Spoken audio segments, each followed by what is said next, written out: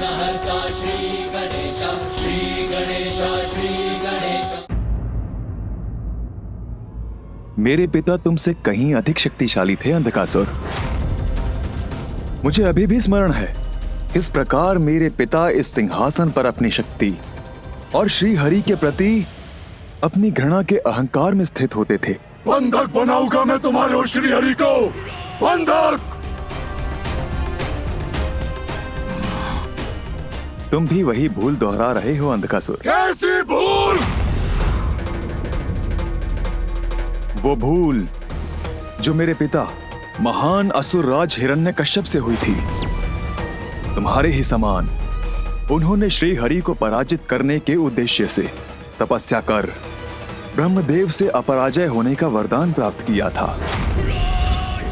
मेरे पिताश्री ने दीर्घकाल तक ब्रह्मदेव की कठोर तपस्या की।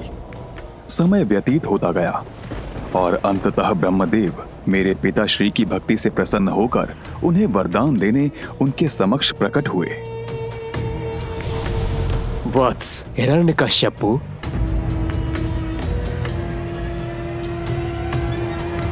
प्रणाम ब्रह्मदेव। तुम्हारे तप से प्रसन्न हुआ मैं। कहो, क्या वरदान चाहते हो? ब्रह्मदेव, न दिवस में न रात्रि में, न भीतर न बाहर, न आकाश में न पाताल में, न नर से न देव से, न यक्ष से न राक्षस से, न घरव से न किन्नर से, न जलचर से न स्थलचर से, न उभयचर से न नवचर से, न मंत्र से न तंत्र से मेरे प्राण किसी से भी न जा सके।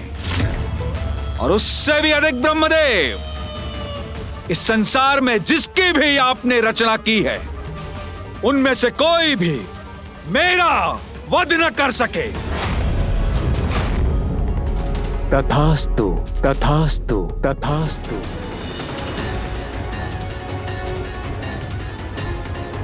जहां एक ओर मेरे पिताश्री तपस्या कर ब्रह्मदेव से वरदान प्राप्त कर रहे थे, वहीं दूसरी ओर इंद्रदेव ने मेरी माता का अपहरण कर लिया। मेरी मां का हरण कर उन्हें अपना बंदी बनाने का प्रयास किया, जिससे वो उसके गर्भ में पल रहे शिशु का वध कर सकें। परंतु देवर्षि नारद ने उन्हें समझाया और इस घृणित कार्य को करने से रोका। अपने संभावित पाप कर्म से भयभीत होकर देवराज ने माता देवी लीलावती को देवर्षि नारद के पास ही छोड़ दिया। मां अपनी होने वाली संतान को लेकर चिंतित थी, इसलिए देवर्षि ने उन्हें अपने ही आश्रम में शरण दी, जहां दिवस हो या रात्रि मात्र श्री हरि नारायण का नाम ही जपा जाता है और भजनों में उन्हीं की लीलाओं का वर्णन होता है। सौभाग्य से मां के गर्भ में ये सब सीखने वाली संतान मैं था। तुम जग के स्वामी जगपाल हो, तुम हो भोर विष्णु तुम रात हो, अंता भी तुम अनंता भी तुम, निर्बल सबल सबके नाथ हो। नारायणा नारायणा हरि माधव मृणाला नारायणा।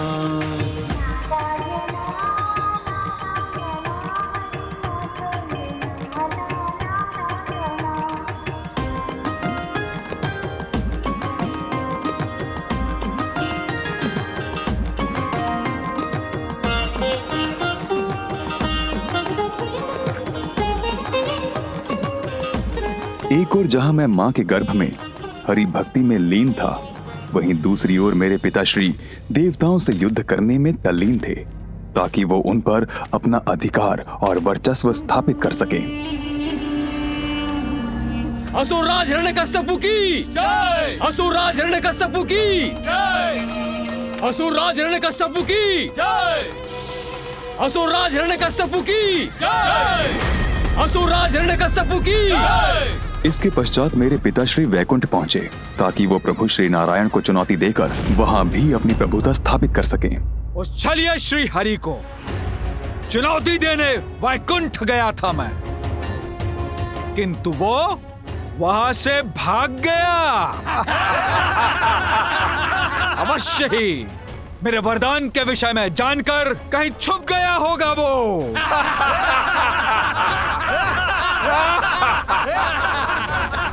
इसलिए अब वैकुंठ हमारे अधीन है और हम वैकुंठ के राजा अब हम ही हैं। असुरराज हिरण्यकश्यप की, असुरराज हिरण्यकश्यप की, असुरराज हिरण्यकश्यप की। श्री हरि नारायण उचित समय से पूर्व कुछ नहीं करते, इसलिए तब उन्होंने मेरे पिताश्री से युद्ध नहीं किया, क्योंकि कर्मों का चक्र ही जीव के जीवन और मृत्यु का उचित समय निर्धारित करता है। पिताजी के कुछ सुकर्म उनके विनाश से उनकी रक्षा कर रहे थे और श्री हरि ब्रह्मदेव द्वारा दिए गए वरदान का भी सम्मान कर रहे थे। फिर पिताश्री स्वर्ग लोक गए, किंतु वहां देवराज और अन्य देवताओं ने आत्मसमर्पण कर दिया, क्योंकि उन्हें लगा जब श्री हरि नारायण ने ही युद्ध नहीं किया तो वो उसमें कहां सक्षम होंगे।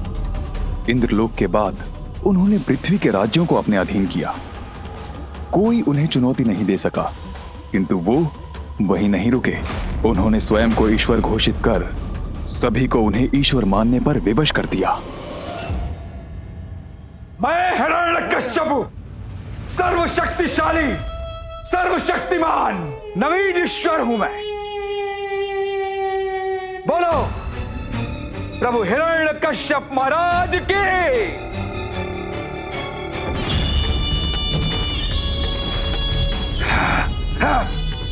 बोलो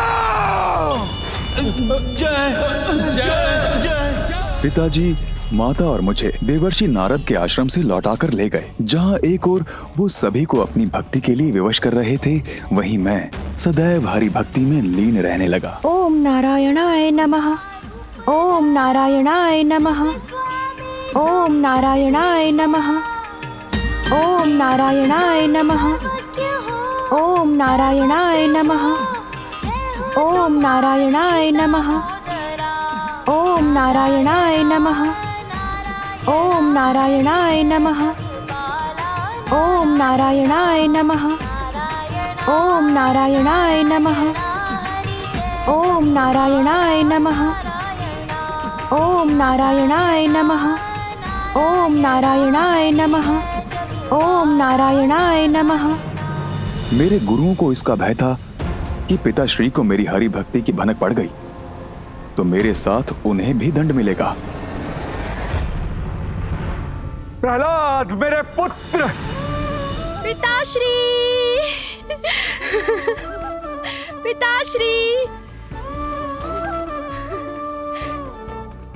पिताश्री।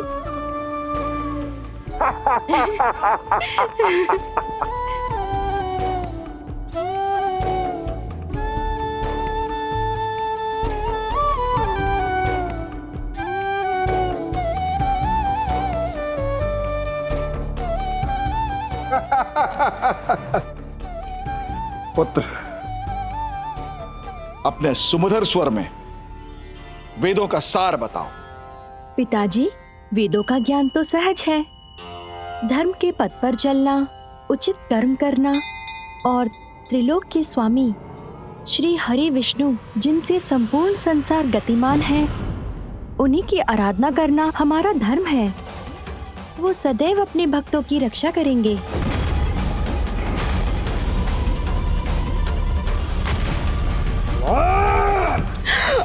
प्रहलाद,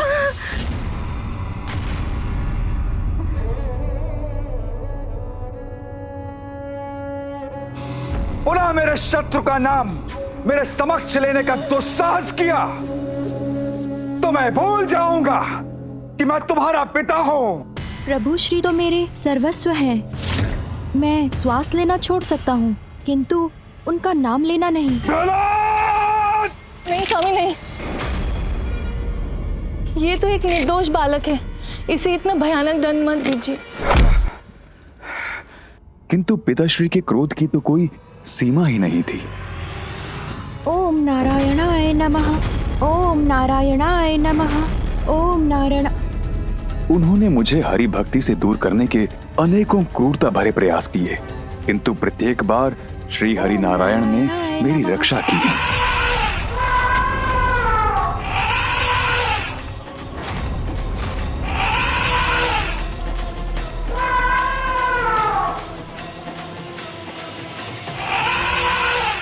ओम नारायणाय नमः। ओम नारायणाय नमः। ओम नारायणाय नमः। ओम नारायणाय नमः। ओम नारायणाय नमः। ओम नारायणाय नमः। ओम नारायणाय नमः। ओम नारायणाय नमः।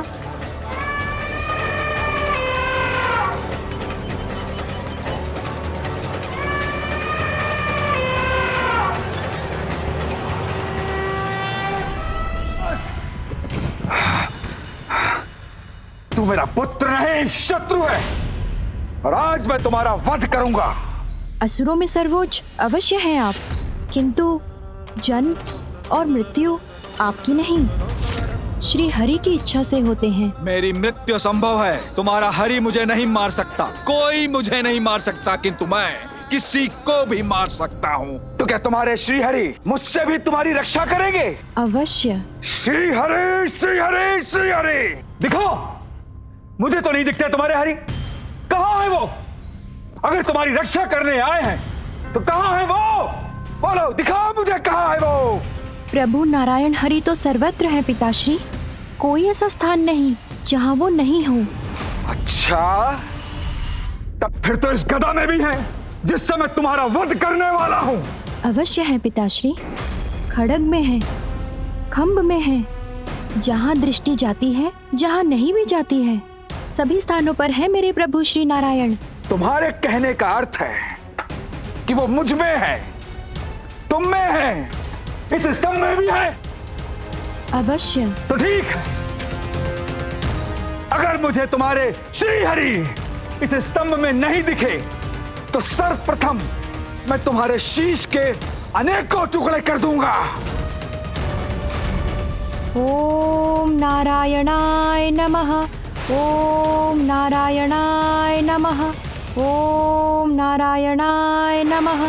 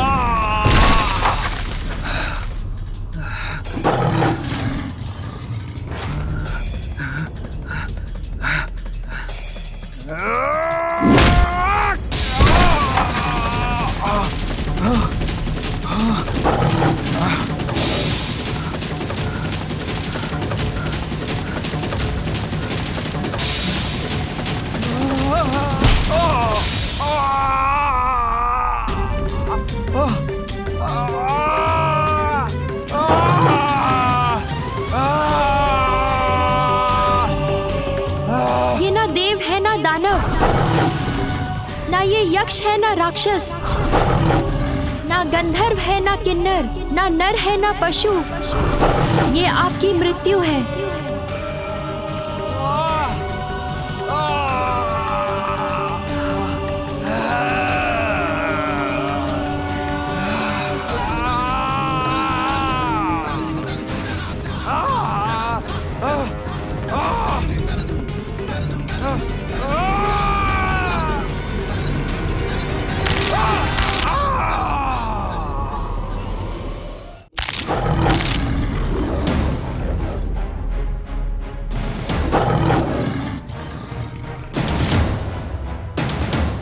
ना भीतर ना बाहर, ना आकाश ना पाताल, ना जल में ना थल पर, ना दिवस है ना रात्रि है, ये स्थान और ये पल दोनों आपकी मृत्यु के लिए है।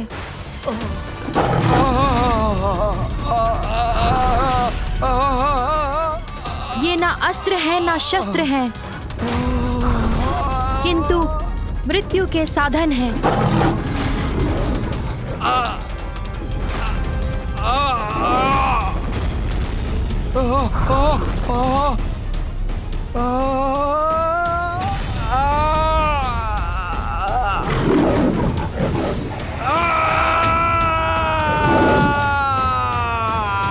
ओम श्री हरि।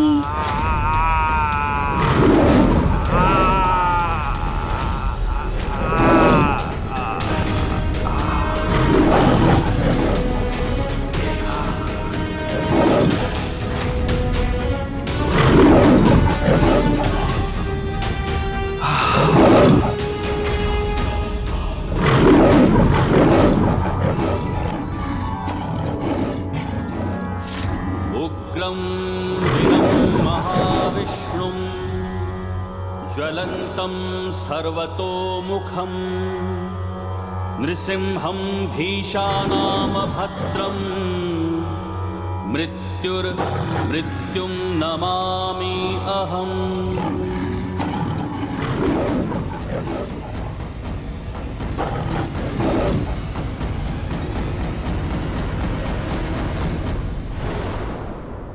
अनुज अंधकासुर नरसिंह रूप में श्री हरि नारायण यहीं प्रकट हुए थे।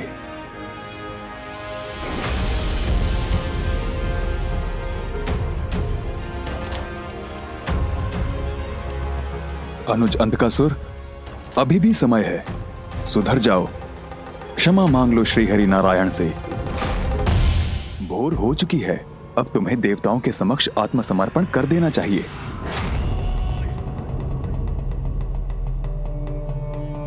ज्येष्ठ प्रहलाद, आपको जो कहना था आपने वो कह दिया। अब मैं वो करूंगा जो मुझे करना है। अब तो मेरे पास और भी बड़ा कारण है देवताओं से युद्ध करने का। प्रतिशोध! अपने पूर्वज महानतम असुरराज हिरण्यकश्यप के निर्बल वध का प्रतिशोध। अब देवासुर संग्राम भी होगा और असुरों की विजय भी अवश्य होगी। देवताओं को कदाचित ज्ञात नहीं कि इस बार मैं उनके लिए क्या उचित प्रबंध करने वाला हूँ। ज्ञात रहे, अंधकासुर हूँ मैं, अंधकासुर हूँ मैं, अंधकासुर हूँ मैं। ओम भीमाय नमः।